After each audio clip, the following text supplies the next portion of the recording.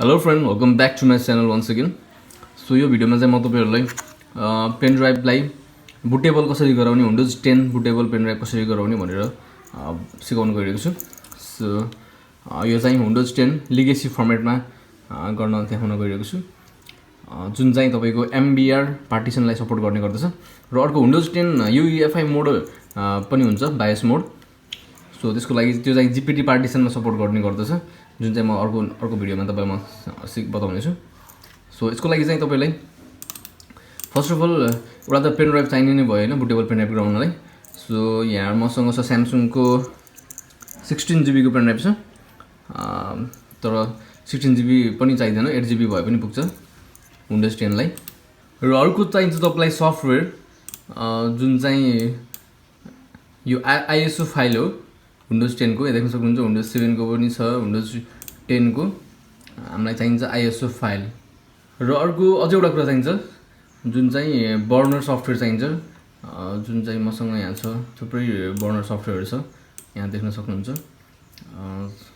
तर यिनीहरु मध्ये चाहिँ अहिले म सबैभन्दा most popular and widely used software Rufus भन्ने सफ्टवेयर युज गर्न गइरहेको छु.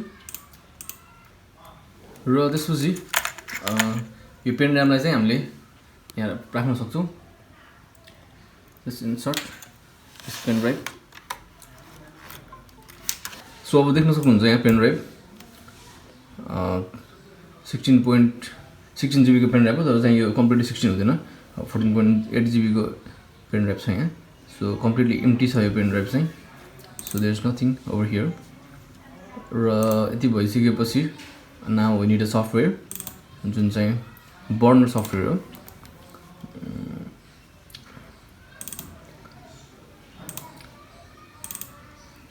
सो मैले भनिसकेँ तपाईलाई रुफुस भन्ने अहिले म युज गरेर देखाउन गइरहेको छु. सो यहाँ 3.6 र 3.11 छ. सो डेफिनेटली 3.11 चाहिँ 3.6 भन्दा लेटेस्ट हो. So I am gonna use that. So let's double click over here. यसलाई एस गरिदिनुस्. र त्यसपछि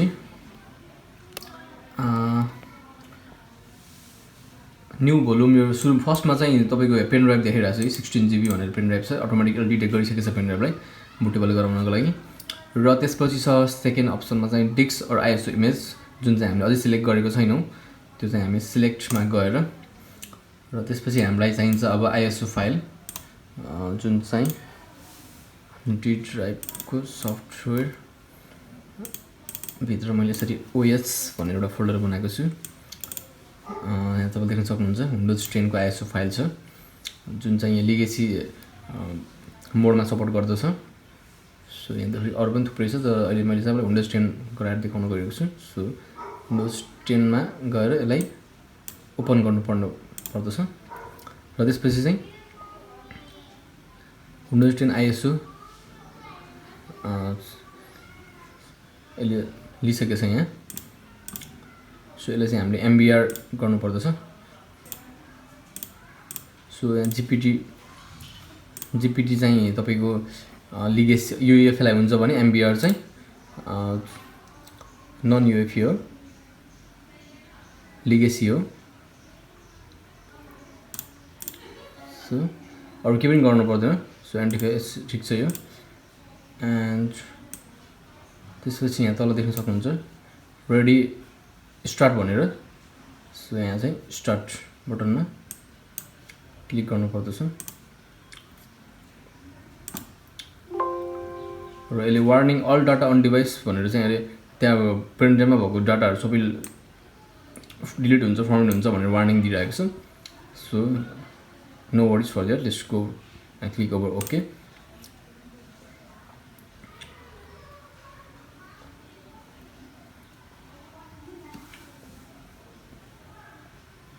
सो यति गरिसकेपछि चाहिँ हल्का प्रोसेसिङको लागि हल्का टाइम लाग्दछ.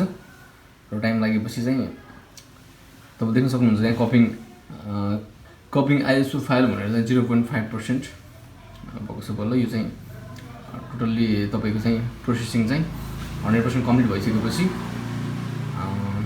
मेरोमा यहाँ चाहिँ एन्टिभाइरसले चाहिँ एक्टिभेटरलाई चाहिँ यसले डिटेक्ट गरेछ भाइरसको रूपमा. सो यसलाई हामीले डिसेबल गर्दा चाहिँ राम्रो हुन्छ एन्टिभाइरसलाई.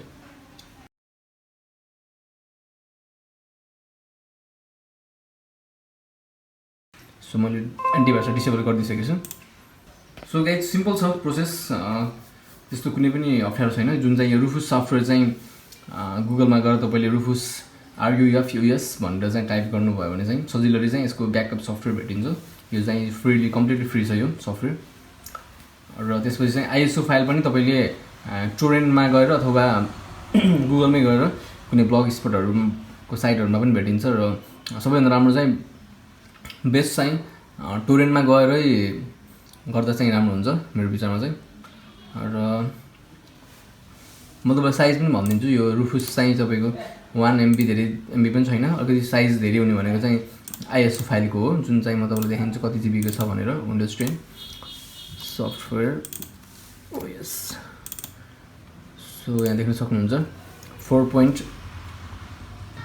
4.32 GB को छ र यो प्रोसेसिङ हुन चाहिँ अराउन्ड 5 to 10 मिनट्स लाग्ने गर्दछ म्याक्सिमम लागेबाट 15 मिनट्स जति लाग्ला सो यसरी हामी सजिलोले चाहिँ विन्डोज 10 बुटेबल पेन ड्राइभ गराउन सकिन्छ र त्यसपछि चाहिँ तपाईँले जुनसुकै ल्यापटप पीसीमा पनि यसलाई युज गरेर विन्डोज 10 इन्स्टल गर्न सक्नुहुन्छ र यदि तपाईँलाई चाहिँ यो बुटेबल पेन ड्राइभ बनाइसकेपछि विन्डोज 10 इन्स्टल गर्न आउँदैन भने चाहिँ त्यसको लागि मैले छुट्टै एउटा भिडियो बनाएको छु जुन चाहिँ तपाईँले आई बटनमा क्लिक गरेर हेर्न सक्नुहुन्छ so all the process has been completed successfully so देख्न सक्नुहुन्छ रेडी भनेर त्यो यस्तोमा आएपछि यो चाहिँ कम्प्लिट भइसक्यो र यहाँ देख्न सक्नुहुन्छ अब अघि यो एम्टी थियो अघि यो पेन ड्राइभ चाहिँ एम्टी थियो अब चाहिँ देख्न सक्नुहुन्छ एलोकेट भइसकेछ यति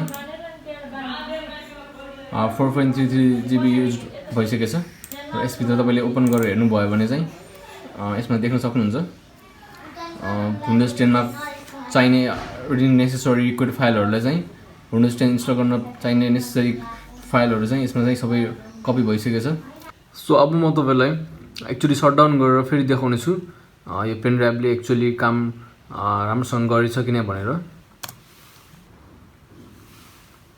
र यसको लागि हामीले पावर अन गर्ने बित्तिकै F12 प्रेस गर्नुपर्ने हुन्छ for one time boot menu डेलको लागि र अब यहाँ देख्न सक्नुहुन्छ लिगेसी बुटमा USB स्टोरेज डिभाइस भन्ने अप्सन छ त्यहाँ त्यसमा गएर हामीले इन्टर प्रेस गर्नुपर्ने हुन्छ सो अब यहाँ विन्डोज इन्स्टल हुन गइरहेको छ थ्रु USB पेन ड्राइभ यो पेन ड्राइभबाट विन्डोज इन्स्टल हुन गइरहेछ सो अब यहाँ ल्याङ्ग्वेज सोधिरहेछ so my language is English त्यसपछि click over the next and install now जबसम्म हामीले हार्ड डिस्कलाई हाम्रो फर्मेट अथवा डिलिट गरिदिउँ तबसम्म हाम्रो चाहिँ हार्ड डिस्क सेफ हुन्छ सो अब चाहिँ यहाँ विन्डोज 10 प्रो कुन भर्जन विन्डोज 10 कुन भर्जनमा राख्ने भन्ने कुरा चाहिँ यहाँ सबै दिइरहेको छ र यसको लागि चाहिँ म डिटेलमा भिडियो चाहिँ अर्को भिडियो पहिले बनाइसकेको छु कसरी how to format Windows using USB pen drive भनेर सो तपाईँले चाहिँ यो भिडियो चाहिँ हेर्न सक्नुहुन्छ यदि तपाईँलाई चाहिँ विन्डोज 10 प्रोपरली इन्स्टल गर्न आउँदैन भने चाहिँ तपाईँ आई बटनमा क्लिक गरेर सजेस्टेड लिङ्कमा क्लिक गरेर तपाईँले हेर्न सक्नुहुन्छ सो म तपाईँलाई चाहिँ अहिले म यो ल्यापटप फर्मेट गर्न चाहिँ गर्नुपर्ने कुनै जरुरी छैन अहिले सो यतिकै मैले चाहिँ तपाईँलाई यहाँसम्म चाहिँ गर्न मिल्ने भएको भएर यतिसम्म गर्दा चाहिँ मेरो ल्यापटपलाई कुनै पनि ह्याम्पर नहुने भएको हुनाले म तपाईँलाई यतिसम्म चाहिँ प्रोसेसिङ गरेर देखाइदिएको छु यसरी हाम्रो चाहिँ जबसम्म चाहिँ यो हाम्रो हाम्रो हार्ड डिस्कको पार्टिसन जो जबसम्म हामीले यसलाई चाहिँ डिलिट गरिदिउँ हाम्रो पुरानै अपरेटिङ सिस्टम चाहिँ लोड हुन्छ सो यही थियो यसरी हामीले चाहिँ विन्डोज 10 बुटेबल पेन ड्राइभ गराउन सक्छु सो यो भिडियोको थ्रु म तपाईँलाई चाहिँ कसरी विन्डोज 10 कुनै एउटा पेन ड्राइभलाई कसरी विन्डोज 10 बुटेबल गराउने भनेर बनाएको थिएँ सो अन्तिमसम्म भिडियो हेरिदिनु भएकोमा साथ दिनुभएकोमा thank you very much for watching this video and see you in my next video.